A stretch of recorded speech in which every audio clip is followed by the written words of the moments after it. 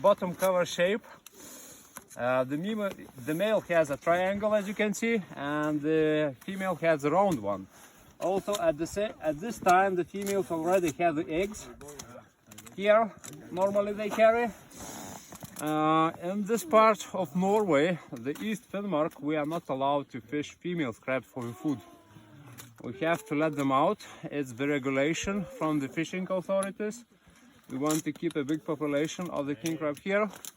So we let all the females out, as well as the small crabs. The smallest crab we can take is the size on the carapace, from the nose to the end is 15 centimeters. So when we catch the king crab, first of all what we do, we sort them out.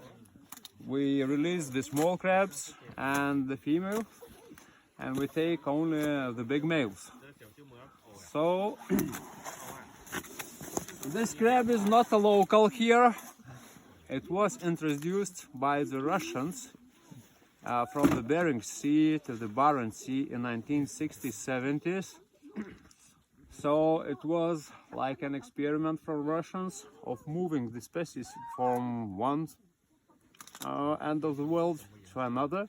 So experiment was really successful, and during 40 years we have a lot of king crab in the Barents Sea.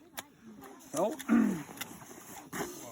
I can slaughter it now. We have to slaughter it, and of course we will take the best part what we eat, and I will show what's inside the crab. So as you can see, the crab normally has 3 pairs of legs and 2 pairs of claws. So the claws are for eating and fighting and defending itself. So normally he uses the big claw for fighting and the small claw for serving the food into the mouth. Probably nobody knows from you that the crab has one more pair of legs, and it is hidden, but it's very easy to find it. Yes, under the shell it has a small leg which ends with a brush, the same on the other side.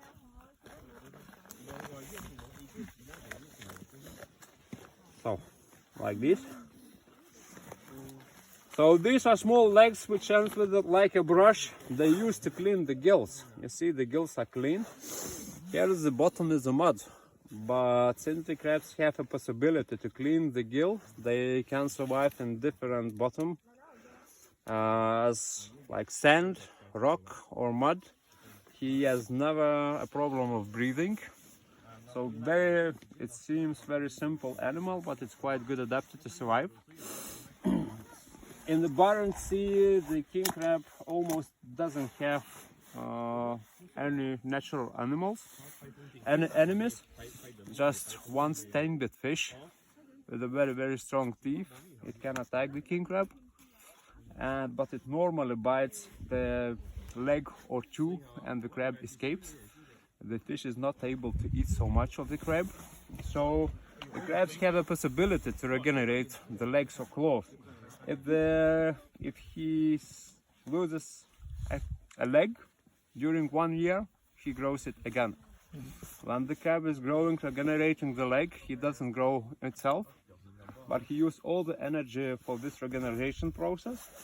Sometimes the smaller crabs can be older than the bigger ones, because no one knows how much legs has he been regenerating during his life.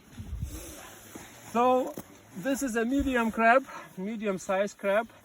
How heavy it is? What? How heavy? This is around 3 kilo. 3 kilo. Yes. And now it's the average size, around 2.5, 3.5 kilos. The biggest, how heavy? And the biggest, as far as I know from the literature, the biggest was 12 kilo weight, and the distance between the legs 1 meter 80 centimeters. Yes. And one old fisherman told that the biggest crab he saw here in Denmark, it was 1 meter 30 centimeters between the legs. When the fishing of the king crab started here in Denmark in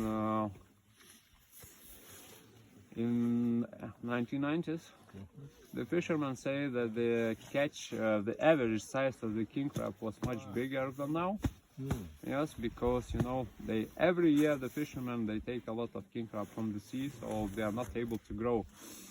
And since the Russians introduced the king crab here in the Barents, nobody was fishing them for many years. So they had the possibility to spread, to increase their living area, and to grow up. So the beginning of the fishing, the catch was much bigger. Now it's average size about 3-4 kilos. How long does it take to grow to this size? It's around 10 years. 10 years. Yes, it's around 10 years. It depends on the feeding. It depends on the feeding base. You know, if there is a lot of food and crab is eating much and molting a lot, he's growing, so it takes faster. It's normal. Like for the people, the same for the crab. Okay, let's slaughter it. Normally we just take the legs, the claws and the shoulders for eating. I cut the gills from the shoulder part and cut the shoulder with the claw. That's what we take for eating. Yes, it's quite a lot of meat. The same on the other side.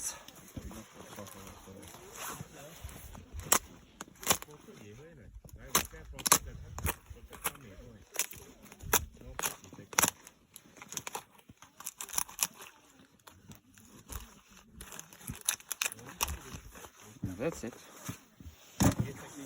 And the inside of the crab normally we throw out because we consider there's nothing to eat.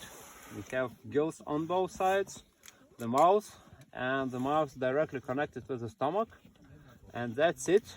So we throw it back to the sea. In some countries we know people make a soup from the inside, but the soup contains a lot of cholesterol, so we do not eat it here.